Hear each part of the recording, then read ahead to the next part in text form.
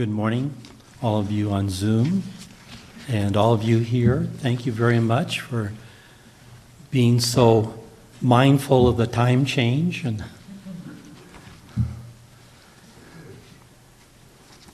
So before we start, what I'd like to do is just all of us, like Evie talked about, let's just use that breath for a moment. And as you breathe, allow ourselves to relax. Those on Zoom, do the same thing. And let's just take a moment to relax into a greater truth of who we are. That despite the appearances of these physical bodies, we relax and open to our oneness in each other, to our eternal connectedness.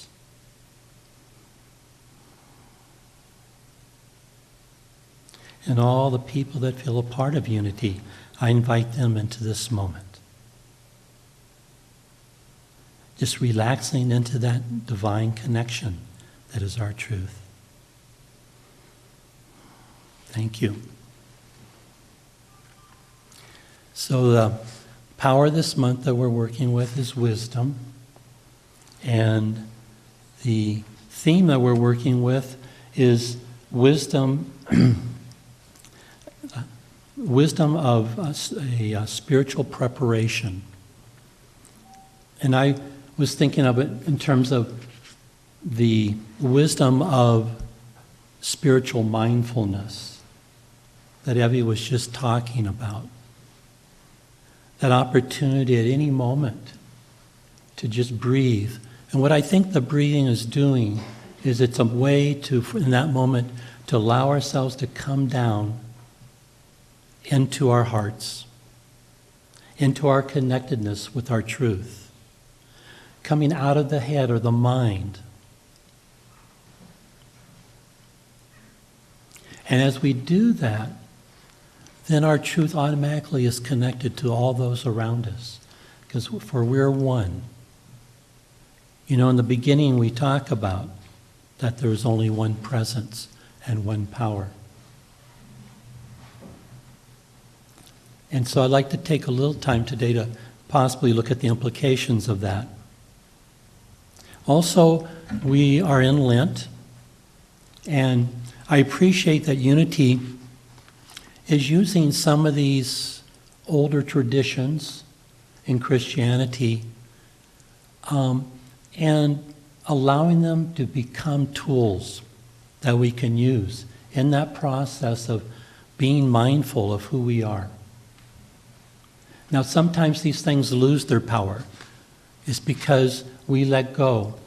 You know, we become relaxed in how we approach them. But that power is always there. And so Lent, of course, is sort of and probably in the early Christian church, I'm not sure how they used it, but it related to when Jesus went into the desert and fasted for 40 days.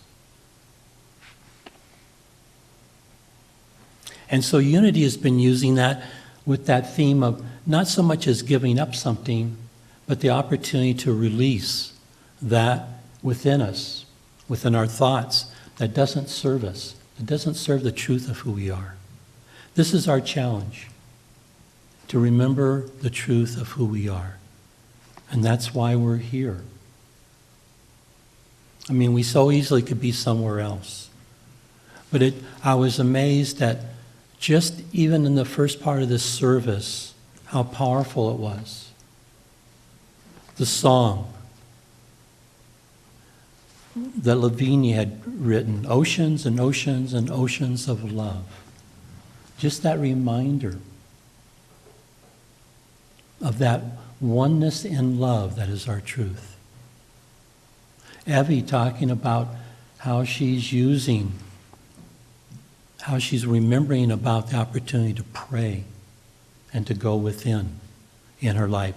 And all those things I would not have experienced. I would not have been affected and transformed if I hadn't been here. Also, another aspect of being here is that because we are one, we are transforming each other just by our presence, by the love that is our truth. we are transforming each other. And that's probably my favorite part about being here. That no matter what I'm going through, no matter what the struggles are that I might be experiencing, by coming into a community that is committed to love, to opening themselves, to dealing with the blockages to their own personal love, we allow ourselves to be transformed into greater and greater experiences of our truth. Our truth is always there, but we have to make decisions every moment. Do I allow myself to open to this truth? Do I allow myself to remember that there's even something to open myself to besides my physical body? When Jesus went into the wilderness, I remember as a child that it seemed like the story had him being confronted by temptations. And I think they called it the devil. And I remember in my boy's life, there was these really neat drawings, Bible drawings and stuff. And I imagine there was a devil, tempting Jesus. Well, I think the temptation that Jesus, the being, was working with, and the temptation that we all have to work with, is the belief that we're only a body. The temptation to think that we're limited to as a body and totally forget of our spiritual beingness, our oneness, our eternalness.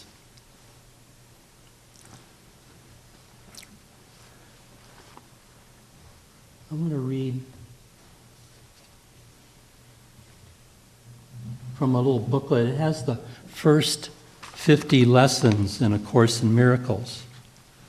And I have no idea how it came my way, but it was perfect. And in the 43rd lesson, there's a line that says, "Beyond his will lies only illusion." And the mystics tell us that God is love, and that love is God, and that the only will that what we call God has for us is love, is the oneness of us within it.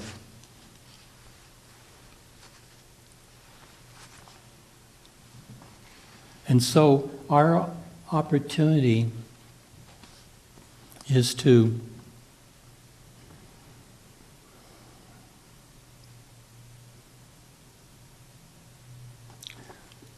remember that we're more than just a physical being, that when we come here, when we say that there is only one, that we're talking about that there is only one, that in truth we've never been separate from that oneness of God.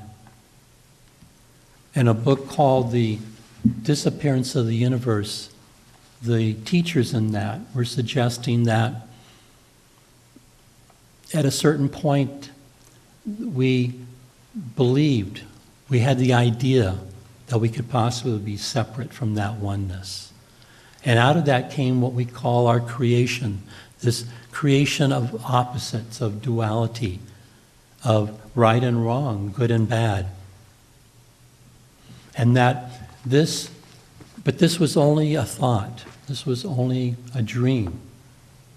And so mystics, when they talk about the truth of who we are, they say that the phenomenal world, the physical reality, is not true. That the only thing that is true is the eternalness. That's what makes truth.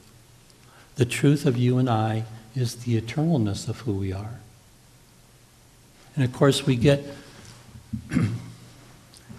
caught into the fears of our body, the appearances of that physicalness creates. And we are told that we have two minds. Now, one mind is that mind of opposites, and we call that our ego. the belief that we could ever be separate from each other, that we could ever be separate from our wellness, that we could ever be separate from the wholeness. And then we have another part, a part that by the breathing we are able to start to access. And this is that part that knows the truth of who you and I are. In some areas they call it the right mind. The mind that has that access to who we are. Now, years ago, there was a woman who was a brain researcher that I had talked about who had the experience of having a stroke. And during her stroke, she was able to consciously watch part of her mind stopping under the stroke and then all of a sudden activating again. And that was an insight for us to see that kind of, in a way, an image of that duality of the mind. The duality of the mind is really a symbol of that belief that we could be split from the oneness of who we are. And so what happened is that in the stroke, when her left hemisphere of her mind ceased, all of a sudden what she was experiencing was the right hemisphere. And that hemisphere allowed her to experience a different reality. The reality of her connectedness, a reality of our oneness. The reality that there's no separation between any object or any being. And then when the left hemisphere started activating again, all of a sudden it had a perception of the world that we see through this mind. We think we're seeing it through our eyes. But the experience of this woman was kind of showing that no, this is not the eyes that are seeing, it's the mind. And I've had experiences in my own life when I was having near-death experiences. Well, all of a sudden, I realized I was no longer in the body, but I was still able to see. So what was seen? I was no longer the body, so it obviously wasn't the eyes that were seeing. So it was some aspect of the mind that continued to see. And so what our choice is really it's about our mind.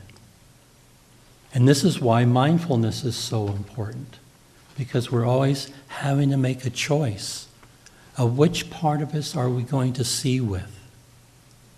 Now, it's set up that most of us are seeing each other as bodies and as separate. Now, one of the experiences I was having when all of a sudden I was slightly separate from that experience of being a body, there was no concern. There was no fear. I wasn't trying to save the body, because in that place I realized I wasn't the body. I was something much, much greater. And all of a sudden my task was to try to help the people that were trying to save me to be comfortable, to help facilitate what they were trying to do. And for me, in that particular place, it really didn't matter, because in that place I knew the eternalness of who I am, the eternalness of who you are. And so that's one of the reasons why we come to places like this, where we're reminding each other of this truth of who we are, because we're in the world of that mind of duality. And unless we set aside moments to remember our truth, it becomes very, very difficult, and we get pulled out into that world. Now, at Christmas time, I was using that, and we've been using that as a symbol of birthing that consciousness of our oneness, that we are one in God. And that the story was not about the birthing of necessarily just a child. It was about birthing that awareness in ourselves, that oneness in God. And we call that oneness the Christ. Now, you and I are the Christ. We just don't know it. We just don't accept it fully. Right now it's a concept, an idea.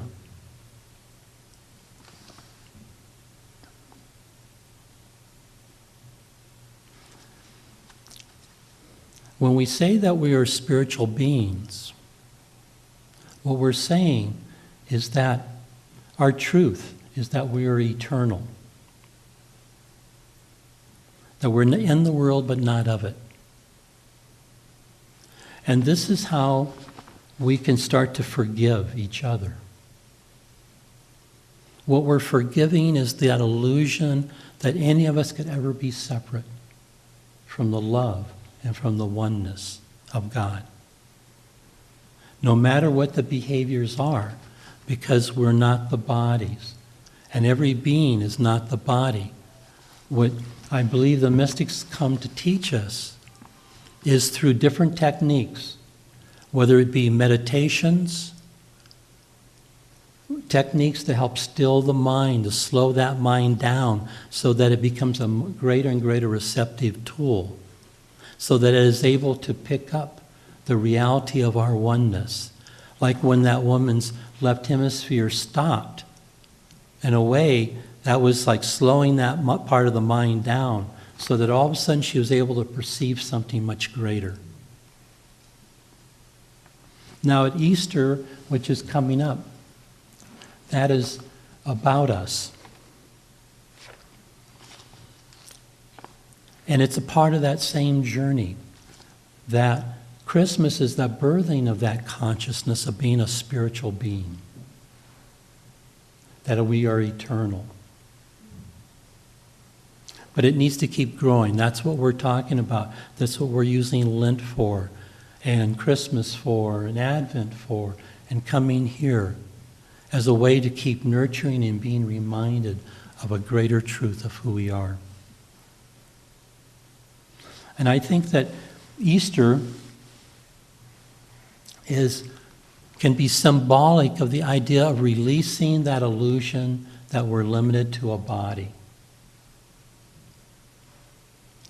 That it's, when we remove that stone in the story over the tomb, we're letting go of the idea that we could ever die. Because as eternal beings, we are eternal. And this is what differentiates the difference between truth to a mystic and an illusion. The truth is that it's eternal. God is eternal and we are eternal in that oneness. But we believe we're bodies, so then we're subject to those laws, to that dream world of being here and being separate from that oneness. And so that tomb was the beliefs of being only a body, being separate from that oneness. And what we need to do is, along with stilling our mind, along with tuning this instrument so that it can perceive more and more, it's also to forgive ourselves for our misperceptions, to forgive ourselves every time we make the choice that we are sinning, that we are separate. And that's what sin is. Sin is that belief that we're separate from our oneness. And we've never been separate, so no one has ever sinned. Now, in our fears, in this world that the mystics call a dream or an illusion, yes, there's all kinds of behaviors that come out of the belief of fear, the belief of lack, all the beliefs that come out of that illusion of being separate from our oneness. But that's not the truth. The truth is that that being is eternal. And so and God has always seen us in that truth. That's why we've never been judged by love. And what love wants is for us to become like it. To learn that, no, none of this is the truth. That we can open to that truth. We can forgive the illusions that happen in our fears, in our beliefs of lack and suffering. And so we forgive each other. We forgive each other. So no matter what is going on in the world, and yes, that'll affect us, because we're in a body. But in that disappearance of the universe, the teachers in that were suggesting that Jesus was very committed to looking beyond the world reality and holding that there was only one. There was only one presence and there was only one power, and it is love, and that we are a part of it. And so we can hold a prayer for each other. You are the Christ. You've never been separate.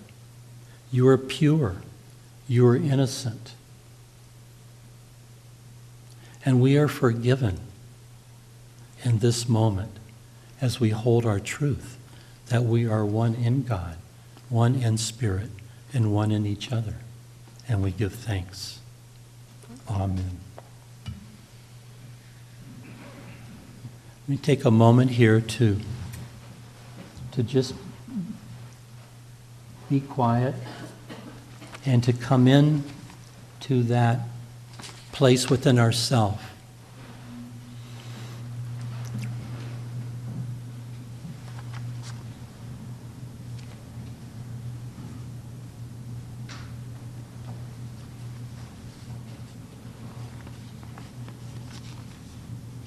The chaplains, when they're with us in prayer, part of their work is to work within themselves so that when we sit with each other, we don't sit with the challenges that we each face. We sit with the sacred connection that is happening in this moment. We hold the truth of ourselves and each other, the truth of our oneness, that in the mind of God there is no separation, that we let go of that mind of separation and division and duality, and instead open ourselves to the part of our mind that knows that oneness. So let's just take a moment and to breathe.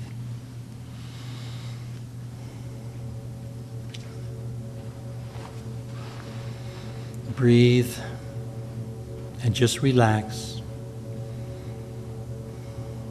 into your beingness.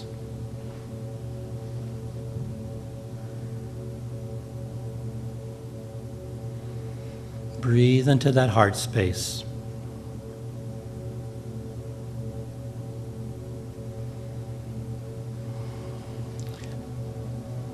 And as we exhale, allow ourselves to relax and to let go. Gently relaxing and letting go of the illusion of the belief that we could ever be separate. That we could ever be separate from love. That we could ever be separate from the oneness of God.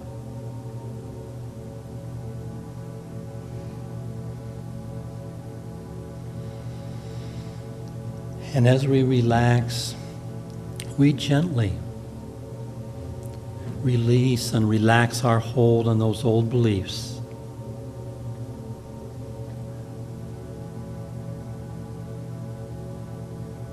Of fear, of lack,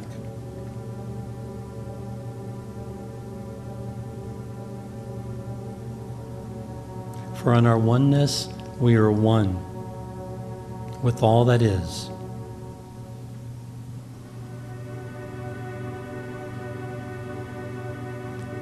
We allow that oneness to be our source. We give thanks that in the oneness we are connected to all that is, to each other, to wholeness, to love,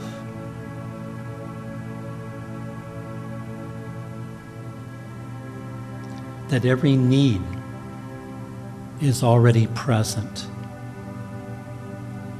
And so we give thanks.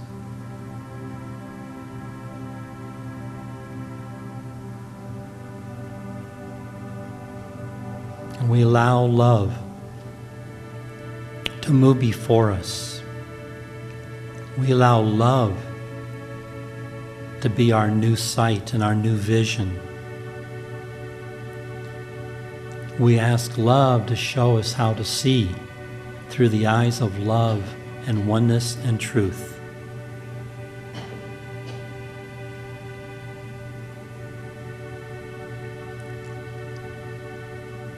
I don't know how to see your truth.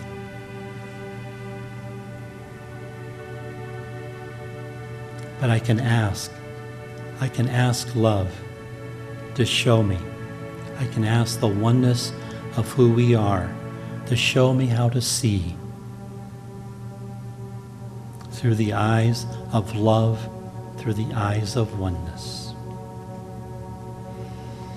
You are the Christ.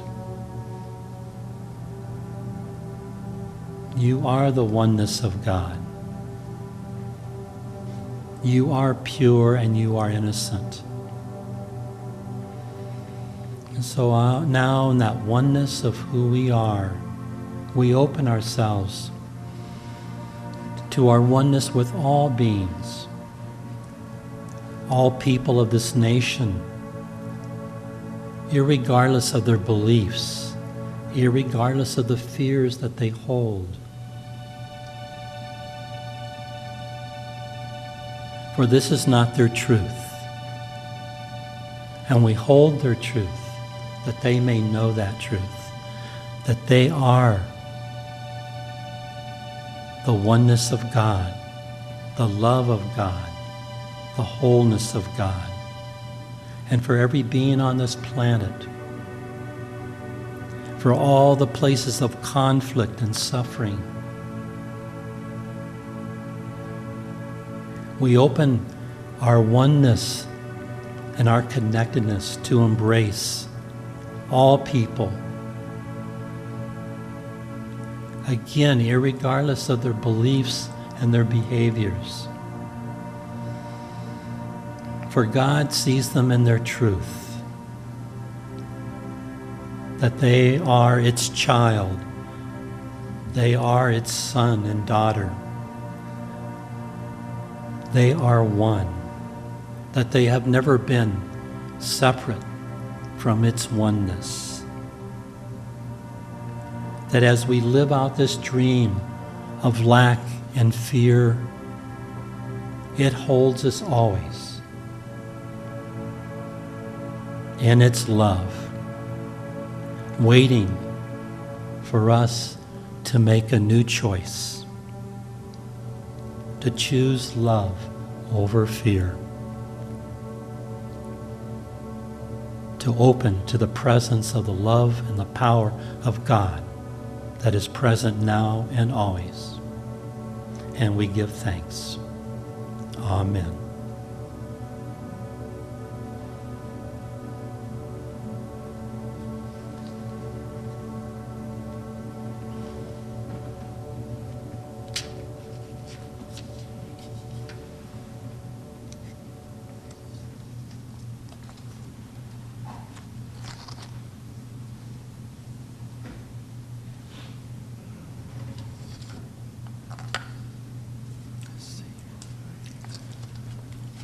Oh, I have half of the, oh no, here we are, okay.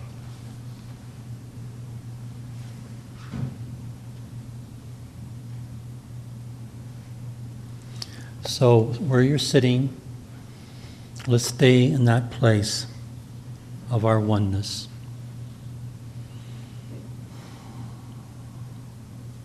And together let's say the prayer of protection. The light of God surrounds us. The love of God enfolds us. The power of God protects us. The presence of God watches over us. Wherever we are, God is, and all is well.